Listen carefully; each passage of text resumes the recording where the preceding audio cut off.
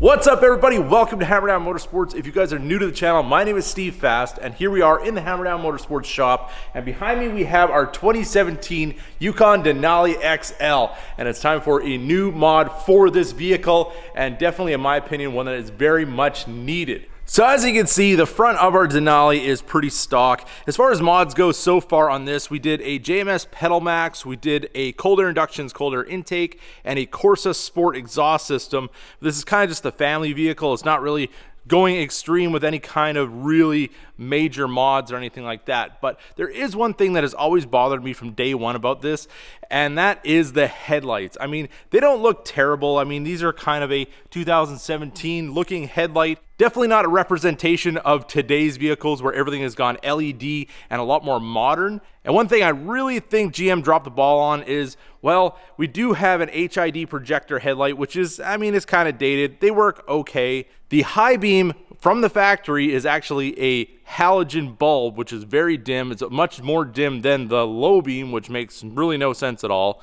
And the fog lights are all their halogens as well, so they're not really that bright either. So today we have something from our good friends over at Morimoto Lighting, and we're going to give this Yukon Denali a complete new updated look. So over here on our makeshift workbench, we have our brand new headlight assemblies from Morimoto. We have the blacked out background, we've got the projector LEDs, we have the LED daytime running light that goes around here, and also on these we do have a sequential signal light, which is going to give it a whole new modern look, and I can't wait to see this all installed on the vehicle.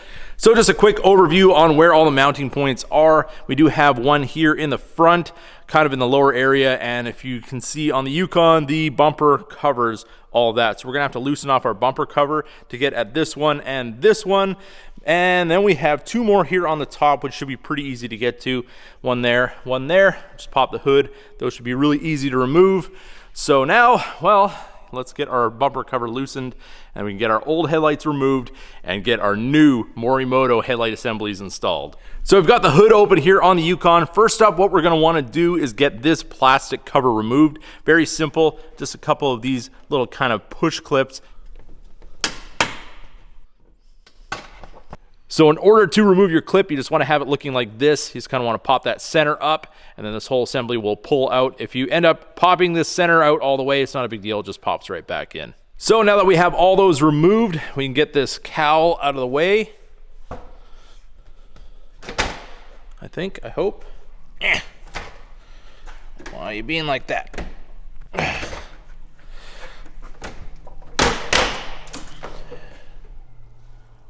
Great.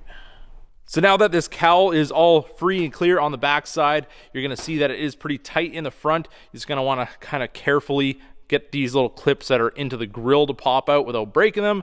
And I gotta admit, I did break a couple on this one, but that is just all part of the learning process, I guess. But yeah, be a little bit careful with those, and this whole thing will come off. So you can see these little slots, that's where those little kind of push clips go in, and really, I have no idea how they expect you to try to get those out of there without breaking them. You can't get it at them from the front to kind of release the tab. And when this is all covered, how are you supposed to get that little release removed? I really have no idea.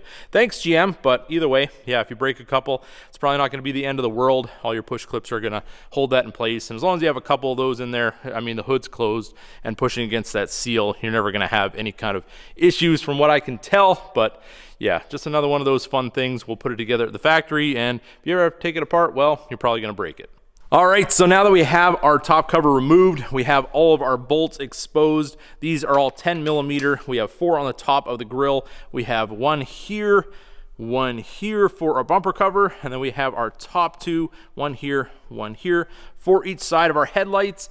And basically everything up top then should be nice and loose, and we can go down below and start loosening off our bumper cover.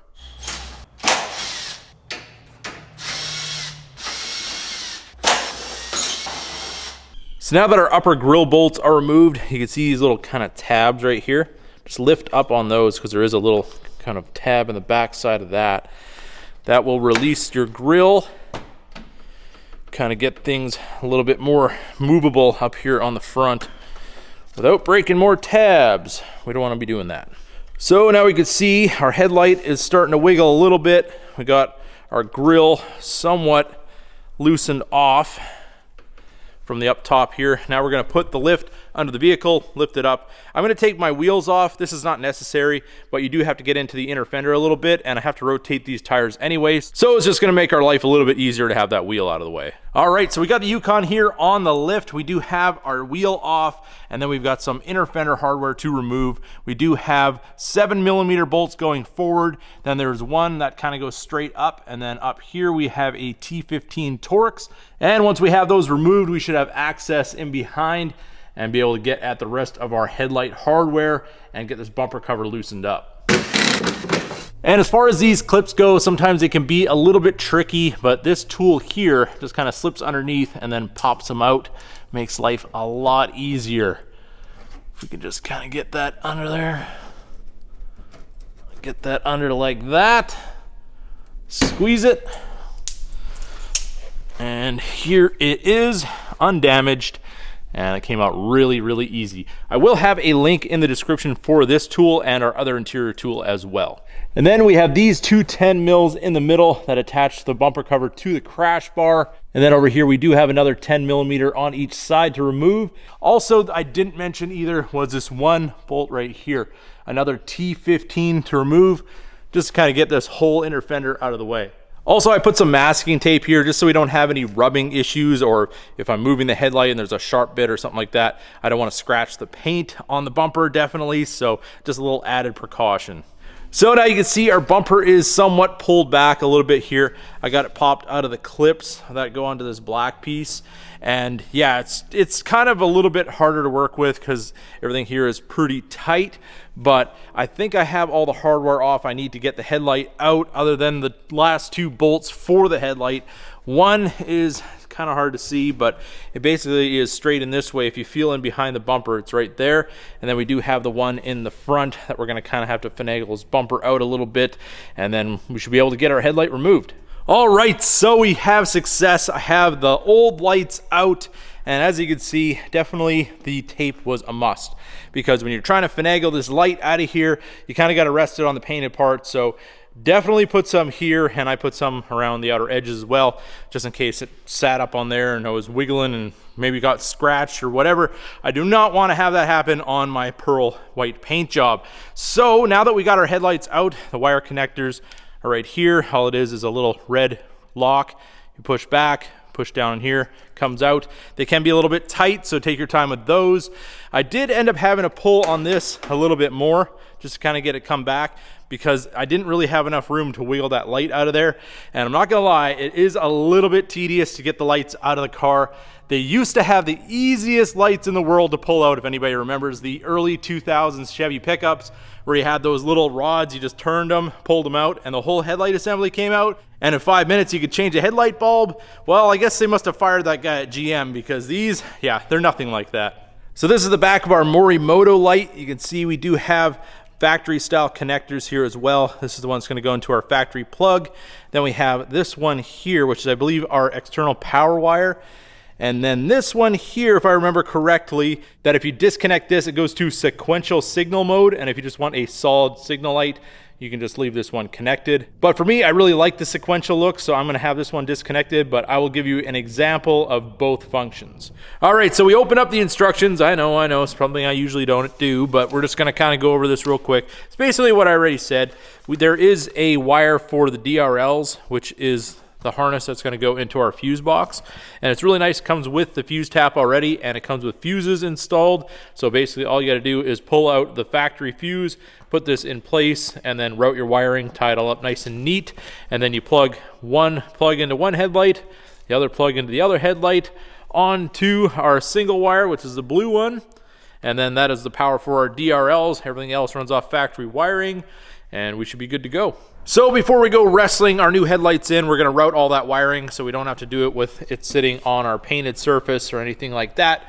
And we can just connect all the wiring and then set everything into place and get it all fastened back up once again. But right now what we're going to do is go over to our fuse box, which is right here. And we're just going to lift these two tabs here. Cover comes out of the way, and on the back it does show you all the positions, and we can find position number 75 and get our fuse tap installed. All right, so we have our wires loosely run, have our fuse tap over here.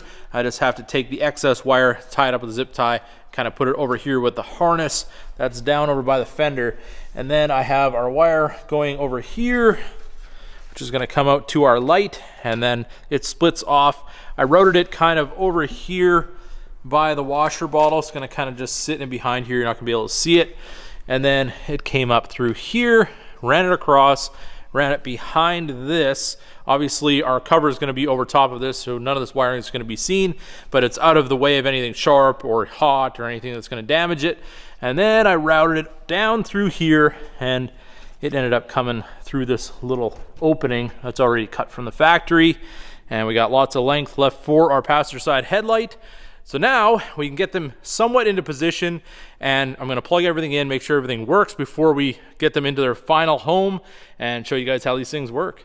All right, everybody, we have our headlights in place. All the wiring is connected, but we don't have everything bolted up just yet, so we still have a little bit of a bumper gap and all that kind of thing. But I couldn't wait. I had to show you guys what the difference of these headlights have made on this Yukon, and it is absolutely dramatic. Here it is. Oh yes, check that out. It's like a smoked headlight look. Then you got that big Denali grille, and once the hood's closed, you're really gonna kind of see how it works with the lines and everything like that. And when the LEDs are on, it's just gonna be a totally different story for this Yukon. I think it looks absolutely awesome. All right, so we'll hit the unlock button. You can see we have our signal light on the solid mode on the passenger side. We got our LED daytime running light.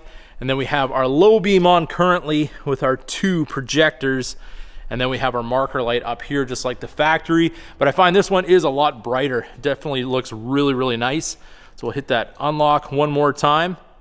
See our DRL goes off when we do that, just like the factory ones. And then we go over here. We have this one set up in sequential mode. So check this out. Oh yeah, just like my Camaro. I absolutely love that feature. Makes it look so much more modern. And now we just took a 2017 Yukon Denali XL and put it in 2021. So there it is, everybody, our installation of our Morimoto headlight assemblies on our GMC Yukon Denali XL. Absolutely love the new look. Can't wait to show you guys the night shots and everything that will be coming right up. So that being said, I hope you guys enjoyed this video. If you did, don't forget to give it a big thumbs up. Definitely check out Morimoto in the description below. And as always, keep that hammer down.